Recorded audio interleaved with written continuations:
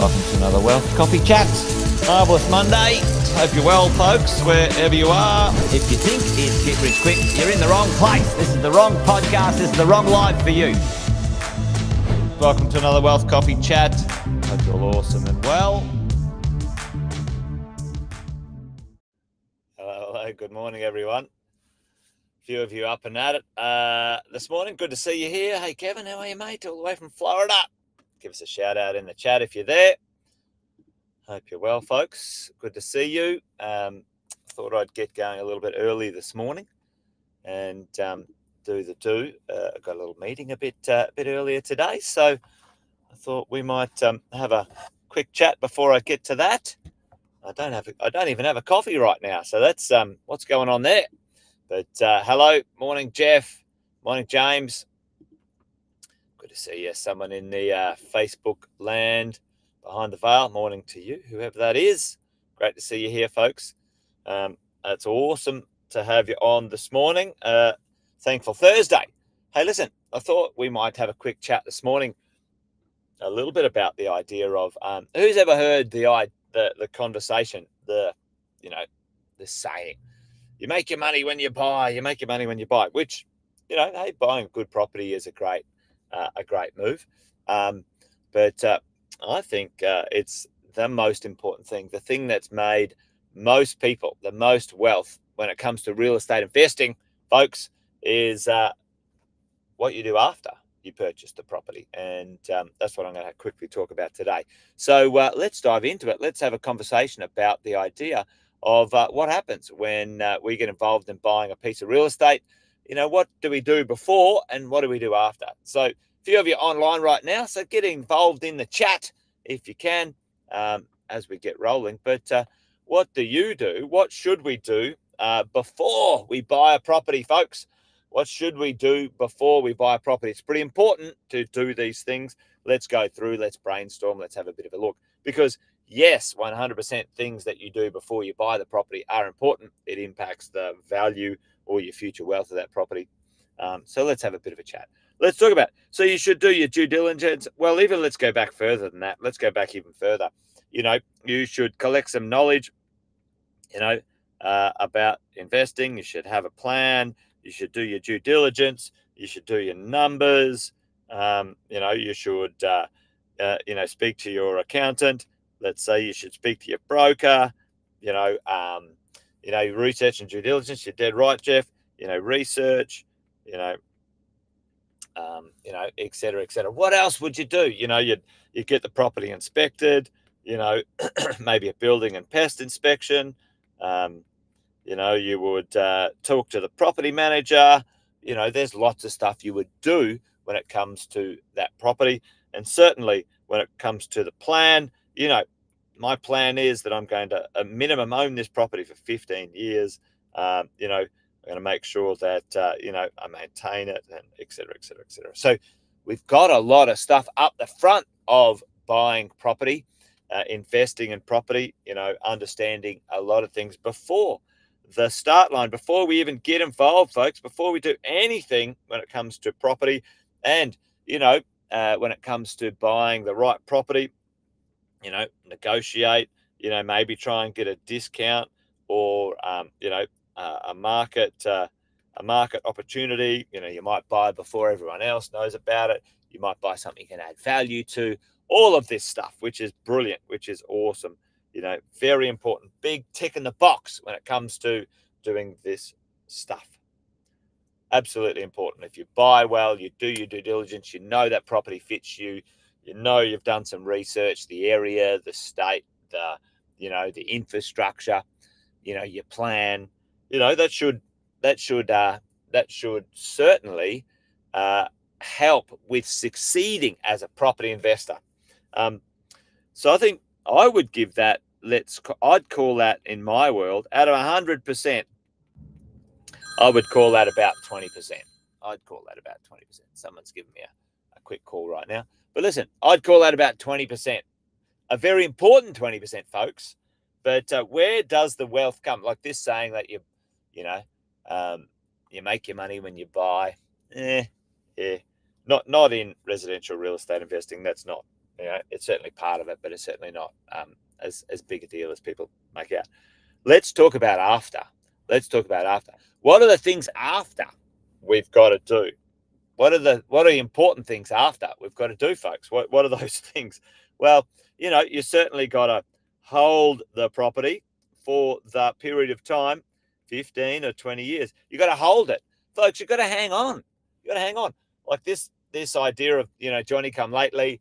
You know, I'm only gonna I'll buy it and see how I go. So many people go, I'll buy a cheap one and see if I like it. Don't do anything like that. That's stupid. And listen, I've done that myself too. So, you know, I'm telling you right now, I thought that was a safe way to go about investing. I'll buy something that kind of doesn't matter and hope it works. Gee, tell you what, man. Hold the property. You know, you've got to go the distance, folks. Like it is called buy and hold. It's called buy and hold for a reason, folks. All right. This is the buy and hold phases. I say to people, listen, get a damn hobby and leave your property alone. Let it do its thing. Now, don't leave it alone completely. You got to, you know, maintain it. You know, maintain that property. Don't let the property, you know, depreciate without being taken care of. And you need to manage it. You need a good manager taking care of your property. Now, those things are pretty straightforward, right? You think, yeah, no problem. That's it. Like, I mean, that's not rocket science, Jason. Not rocket science. You know, what are you talking about? And so, you know, you bought the thing, you've done the due diligence, you've got the numbers, hold on to the bloody thing, and maintain it and manage it. Yeah, okay, fabulous. What is the thing? There's one thing in this after thing that I see blow up nearly every investor that they lose the faith. What do they do? What do they do? I can tell you what happens. Maybe someone, you know, put that in there. You know, if you think you might know what it is, because I can tell you what I see. I've seen this so many times. It's just crazy. And it's got some themes in here. I'll say you know, you're going along. They sell. That's what happens. They do sell, James. Yeah, patience board.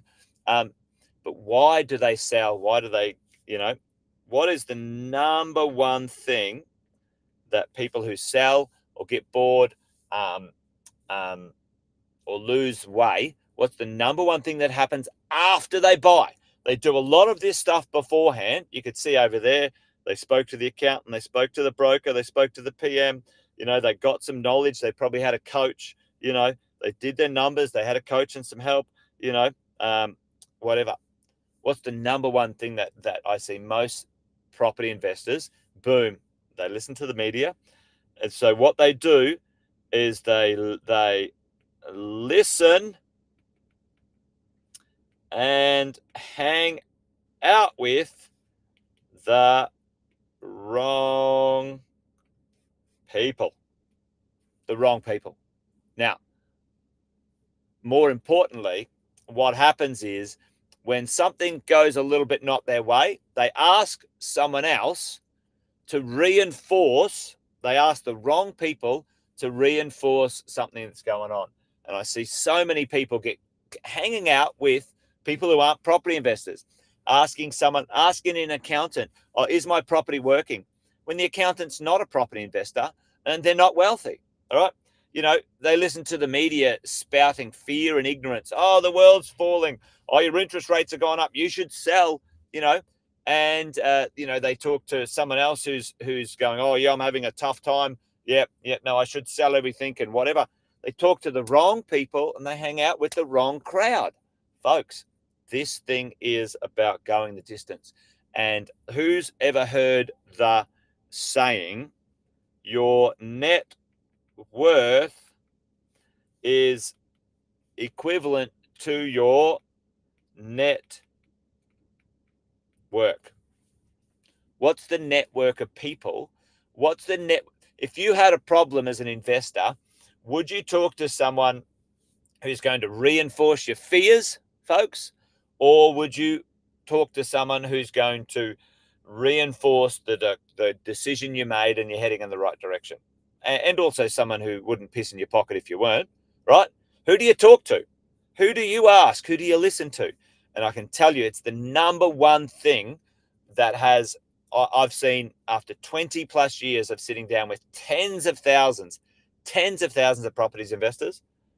They listen to the wrong people and they ask the wrong people the wrong questions because they don't want to hear the answer, or it's a little bit hard. They prefer to hang out with, let's say, people who are, complainers or no-hopers,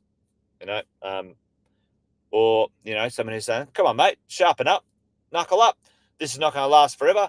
You might have to go without for the next 6 months because your property portfolio needs a little bit of extra cash. And when rents go up, and they're bloody going up like crazy, and the interest rates go down again, you're back in the money, right? You didn't, well, listen, I'll only hang out when it works and it's working, or it doesn't get hard. Well, yes, sometimes there's real stuff you've got to navigate. That's why you speak to the right people. But anyway, does that make sense?